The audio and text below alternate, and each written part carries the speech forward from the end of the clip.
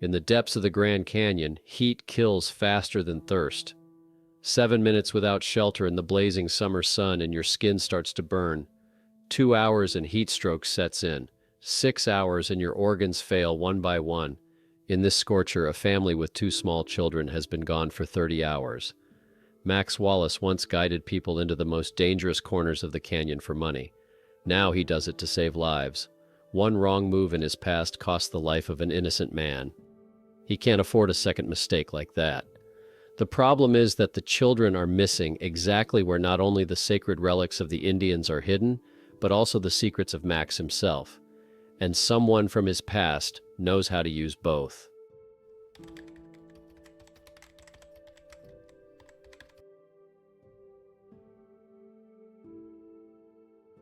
For nearly 5 hours, Max Wallace searched for signs of life in the relentless desert. The navigational GPS on his wrist read 43 degrees, the hottest day this summer. The air shook over the hot sand and the red canyon walls seemed to melt under the blazing sun. It was almost unbearable for an unaccustomed person to be here. For children, it was deadly.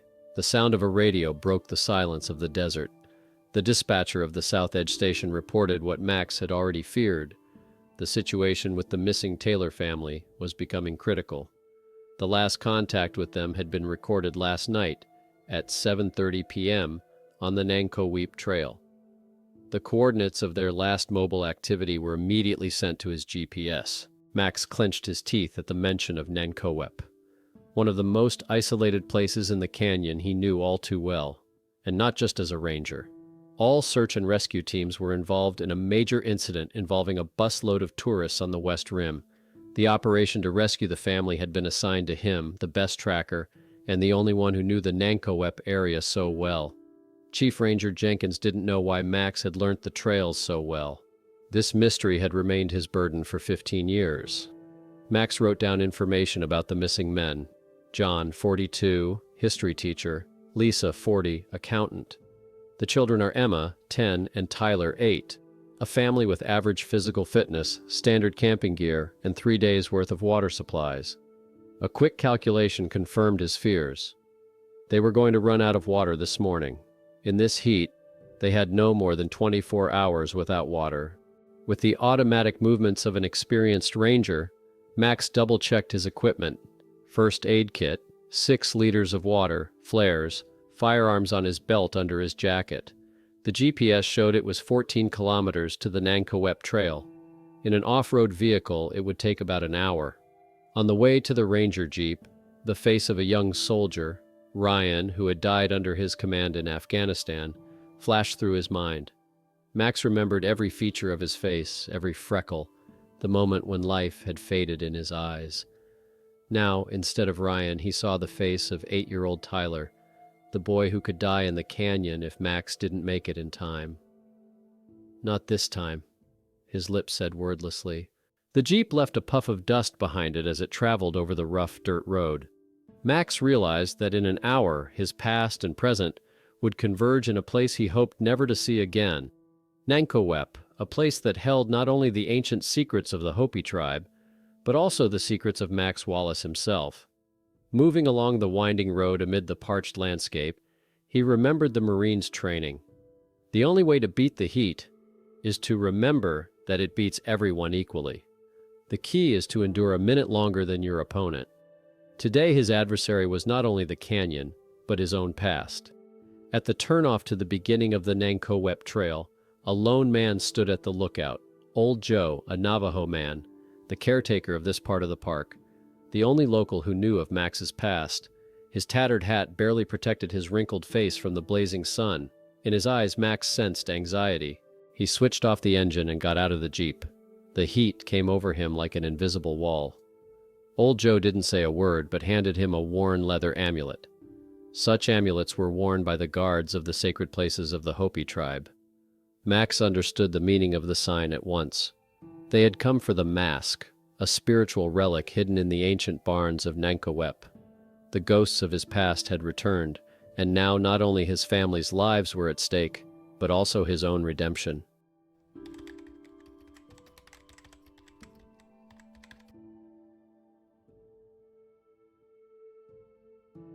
15 years ago, Max Wallace was 22, and he had no ranger's badge, no military bearing, no conscience to torment him at night. There was only a talent for finding his way where others saw only endless red rocks, and a knowledge of the canyon imbibed from childhood. His grandfather was one of the first rangers of the Grand Canyon, and every summer little Max spent here learning every trail, every cave, and every bend of the mighty Colorado River.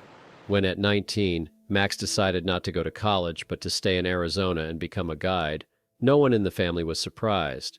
But no one imagined that he would use his talent not to lead groups with cameras, but to accompany those who were hunting for Native American treasure. That morning, Max led a group of 3 men.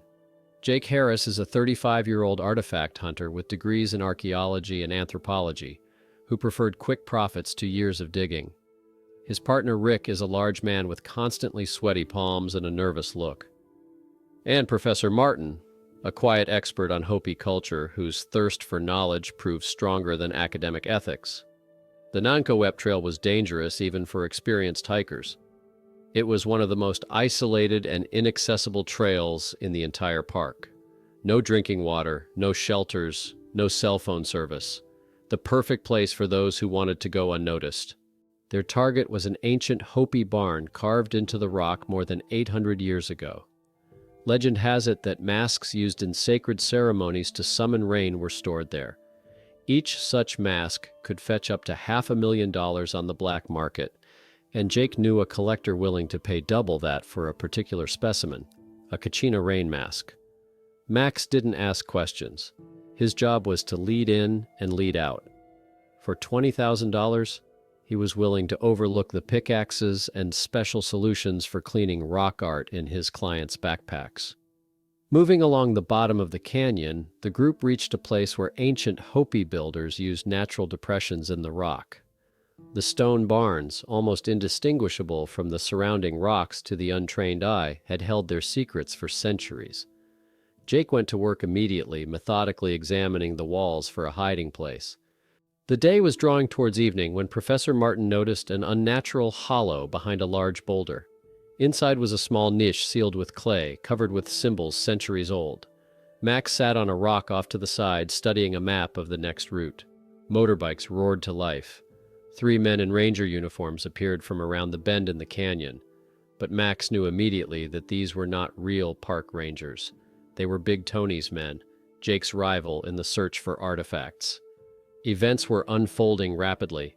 Rick reached for his gun, but before he could even touch the holster, the first shot echoed through the canyon.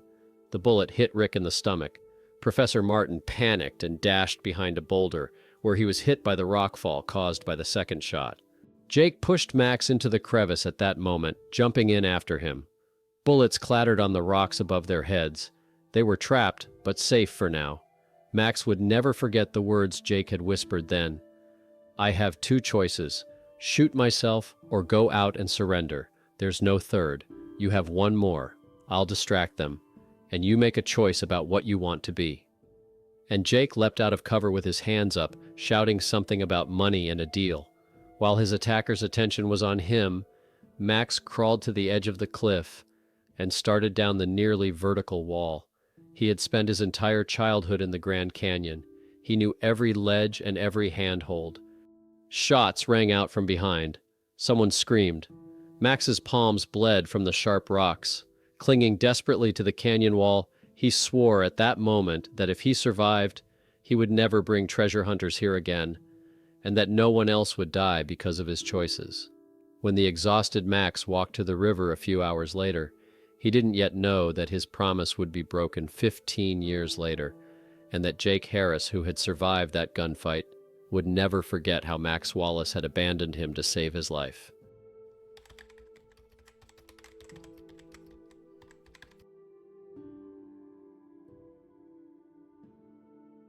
The Nankowep Trail began like most Grand Canyon trails, with a steep descent where every step was painful to the knees.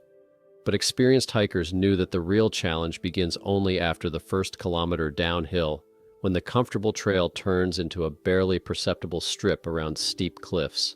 Max moved quickly, absorbing information with all the skill of a former tracker. The soft soles of the Taylor family's trainers left distinctive marks in the reddish dust. Judging by the depth of the prints, they walked quietly, without hurry. The children were frolicking, darting in and out of the main path, where their parents had apparently allowed them to go. A normal, happy family, unaware of the danger. The trail disappeared about 3 kilometers from the start of the trail, near the first steep bend where the canyon opens up in all its majestic beauty. Tourists often stopped here for photos and rest. Max squatted down, studying the disturbed rocks. One of them showed a fresh chip with a metallic glow. He pulled out a pocket knife and carefully pried up the tiny fragment of metal. Paint, dark green, from a military-style sapper spatula. Max surveyed the surrounding area, methodically dividing it into sectors as he'd been taught in the Marines. In a crevice 10 meters from the path, he found a wrapper from an energy bar, not a tourist one, but a military one, from Army rations. There was no doubt. This was not just a group of lost hikers. This was a planned kidnapping.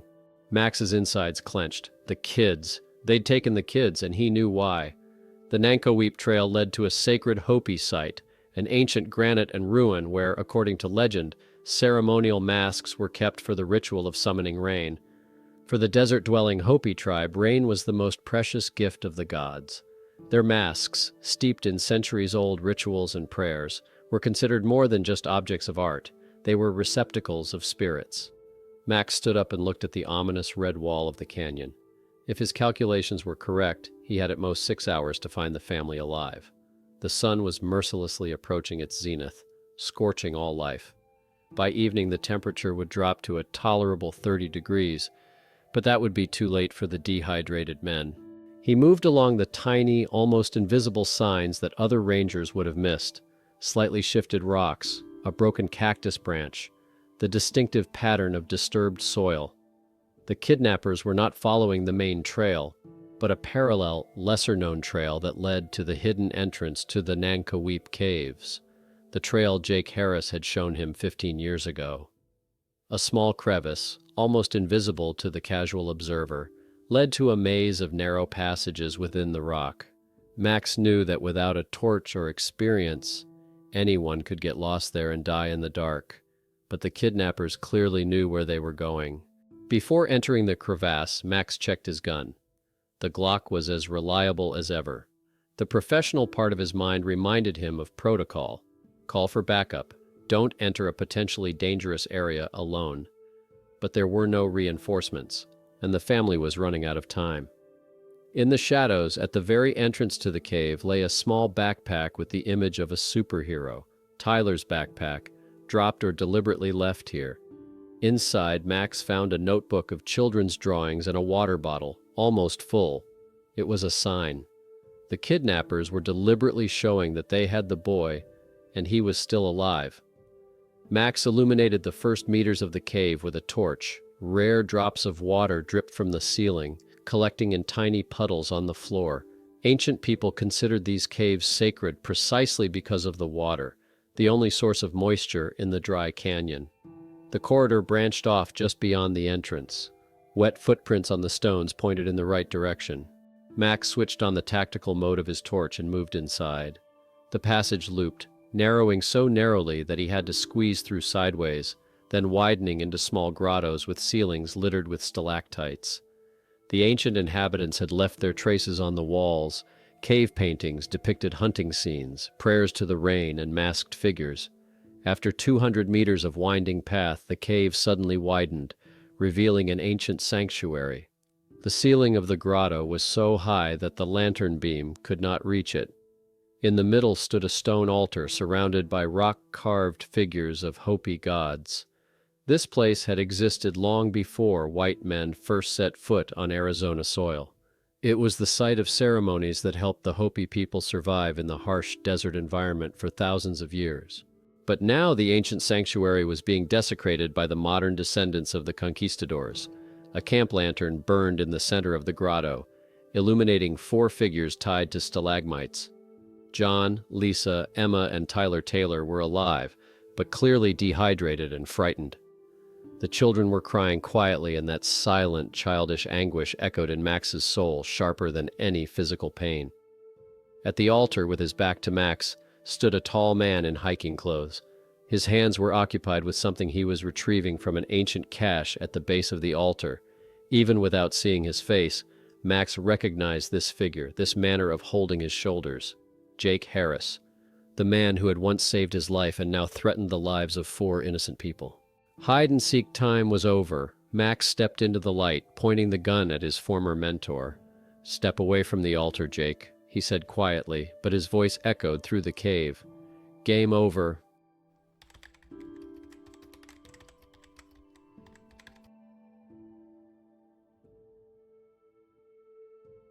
The sandstorm in the Afghan desert reminded Max Wallace of the dusty whirlwinds of the Grand Canyon. The same blinding shroud that clung to every fold of his clothes. The same feeling of helplessness before the elements. Only here the sand was mixed with gunpowder, and the wind brought not the smell of pine trees, but the sound of distant gunfire. 9 years had passed since that day in Nankoweap Canyon. After the incident with Jake, Max had to flee Arizona, run away from himself. The Marine Corps promised a new beginning, a new identity, a structure, redemption. And now Lieutenant Wallace commanded a small Special Forces unit on a reconnaissance mission in the mountains of Afghanistan. "Lieutenant, there's a village up ahead. Intelligence says Abdul Hamid may be hiding there," Sergeant Miller reported, lowering his binoculars. Max assessed the situation. A small village of mud brick houses lurked in a rocky lowland. Several figures moved between the structures. Women, children? You couldn't tell at this distance. The team consisted of 6 men. Among them was Lance Corporal Ryan Edwards, a 22-year-old guy from Arizona who looked uncannily like Max himself when he was younger. The same stubborn determination in his gaze, the same rookie self-assurance. "Sergeant Miller, you stay here with Peterson and provide cover. Me, Edwards, and Johnson will check out the village," Max ordered after a short deliberation. Edwards was first at the edge of the plateau. His movements were precise, measured, but they had the impatience of youth. Max knew that look, the same look he'd had before Nankoweap, before he'd learnt the true cost of a mistake. The descent took almost an hour. The village seemed lifeless, but experience told Max it was an illusion. In places like this, danger lurked in every shadow. The first shot rang out when they were 50 meters from the outermost house. A sniper. The bullet dug through the sand at Max's feet. The team spread out, taking up defensive positions. "Edwards, go around to the right, check that eastern house," Max commanded, taking cover behind a stone ledge. Ryan nodded and ducked and moved along the shallow ravine. Max watched him tensely as he moved. Something was bothering him, some vague premonition. The sniper fell silent. Too suddenly, Sergeant Miller's excited voice crackled over the radio. "Lieutenant, I see movement in the flat-roofed house. Looks like a trap." The end of the phrase was drowned out by a deafening explosion. The eastern house Edwards was heading towards turned into a ball of fire. The shockwave threw Max to the ground, a ringing in his ears, sand in his mouth, and the realization that Ryan was only a few meters from the epicenter. Acting on pure instinct, Max rushed toward the blast site. Smoke stung his eyes, hot air burning his lungs. Ryan lay on his back with his arms spread. His chest and stomach were a bloody mess. But his eyes, young, full of life, were still staring. In them read a mute question to which Max had no answer. "Hang in there, kid. The medic will be here in a moment." Max tried to stop the bleeding, but realized the futility of his actions. There was too much blood, too much damage. At the last moment, Ryan grabbed his wrist with unexpected strength. His lips moved, but there was no sound. Max leaned closer. "Did I make it, sir?" was all Edwards asked before the light in his eyes faded. It was those words that haunted Max for the next 6 years. Not the explosions, not the gunfire, not the blood, but that simple question from the dying boy he'd sent straight into a trap.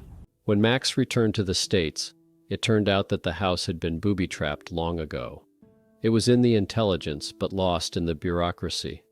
The official investigation found no fault on the commander's part, but Max knew he should have foreseen, sensed the danger. He was more experienced. He should have listened to his instincts. Edwards was buried with honors. Max received a medal, and then an honorable discharge upon completion of his contract and a letter of recommendation to the National Park Service. And so, Max Wallace returned to the Grand Canyon, the site of his first fall.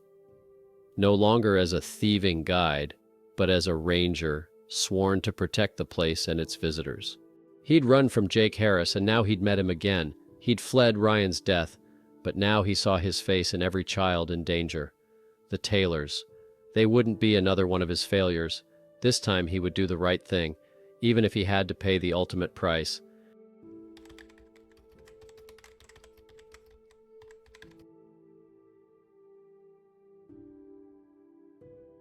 Jake Harris turned around slowly, holding an ancient ceremonial object in his hands. The Kachina rain mask stared at Max with empty eye sockets. The dark wood, polished by the hands of dozens of generations of Hopi shamans, seemed alive in the uneven lantern light. "Maximilian Wallace," Jake said his name as if tasting a long-forgotten dish. 15 years! I've waited 15 years for this meeting." Max held the gun steady, not allowing his hand to waver. His gaze quickly assessed the situation. The Taylor family was emaciated, but alive. On the floor near the altar lay a tattered backpack with tools for retrieving artifacts. In the far corner of the cave were 3 water canisters and a radio. 2 more men lurked against the eastern wall, fighters with semi-automatic rifles, probably mercenaries. "Put the mask down, Jake. You know I won't let you take it away." Something resembling regret flashed in Jake's eyes. "And here I was really hoping you'd join me, Max. Just like old times, we were a good team, weren't we?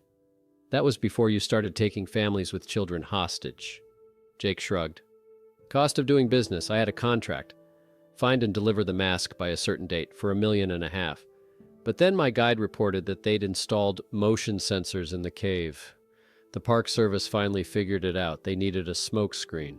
A search and rescue operation would have distracted the Rangers." Max felt a cold rage growing inside. Emma and Tyler were staring at him, eyes wide with desperate hope, like Ryan Edwards had once looked, dying in the sands of Afghanistan. "Let the hostages go, and we can work this out between us." Jake smiled. "Just like Afghanistan, right, Lieutenant? Only this time you're risking more than just one private, one wrong move, and 4 lives on your conscience." The space of the cave suddenly narrowed to a corridor between the 2 men.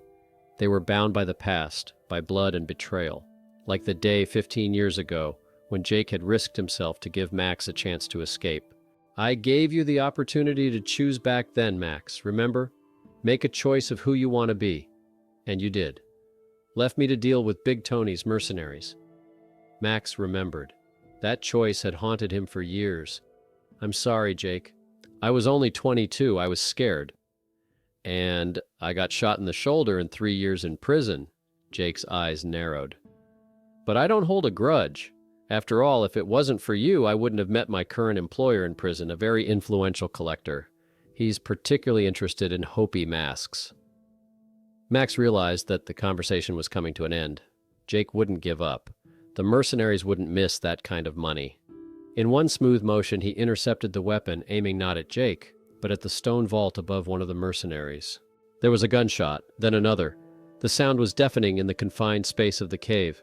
The stalactites collapsed, burying one of the fighters underneath. Taking advantage of the second confusion, Max rolled to the ledge that provided him cover. The hostages were screaming. Jake whined, clutching his mask to his chest. The second mercenary fired indiscriminately, but his bullets only shot sparks out of the rocks. Max wasn't going to kill Jake, not after the man had once saved his life. But he couldn't let his family die. With another shot, this time at the camp lantern, he plunged the cave into darkness. Max moved unerringly in the darkness. He knew this cave like the back of his hand. 3 clear shots, and the second mercenary fell, wounded in the leg. Max was already beside the hostages, cutting their bonds with a tactical knife.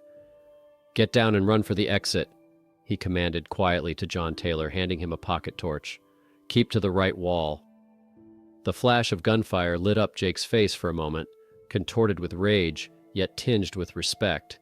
He fired again, and Max felt a burning pain in his side.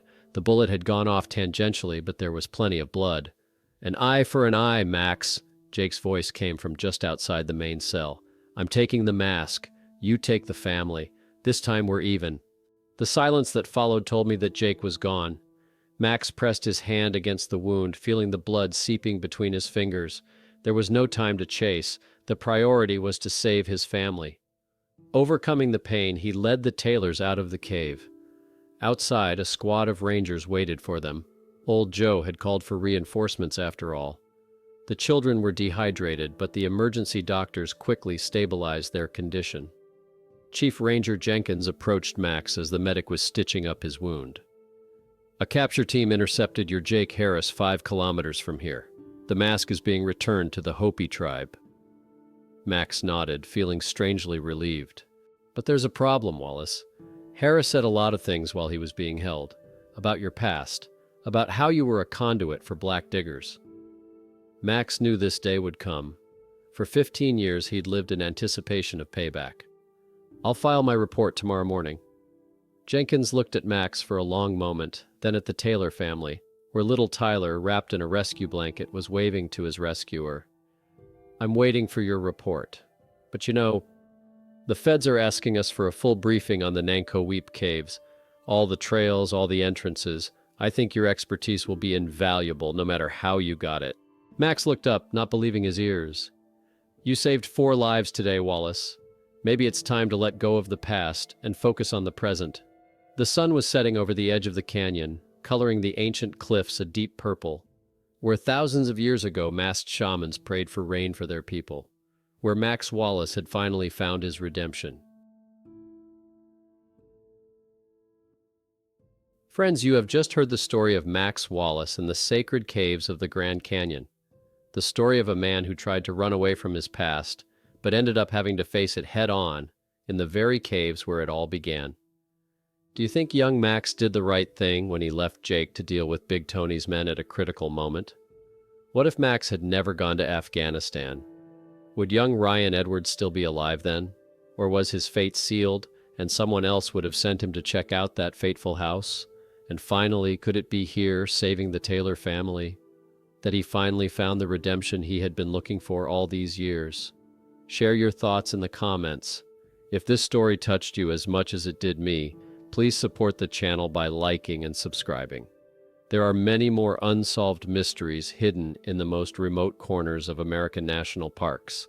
See you in the next issue.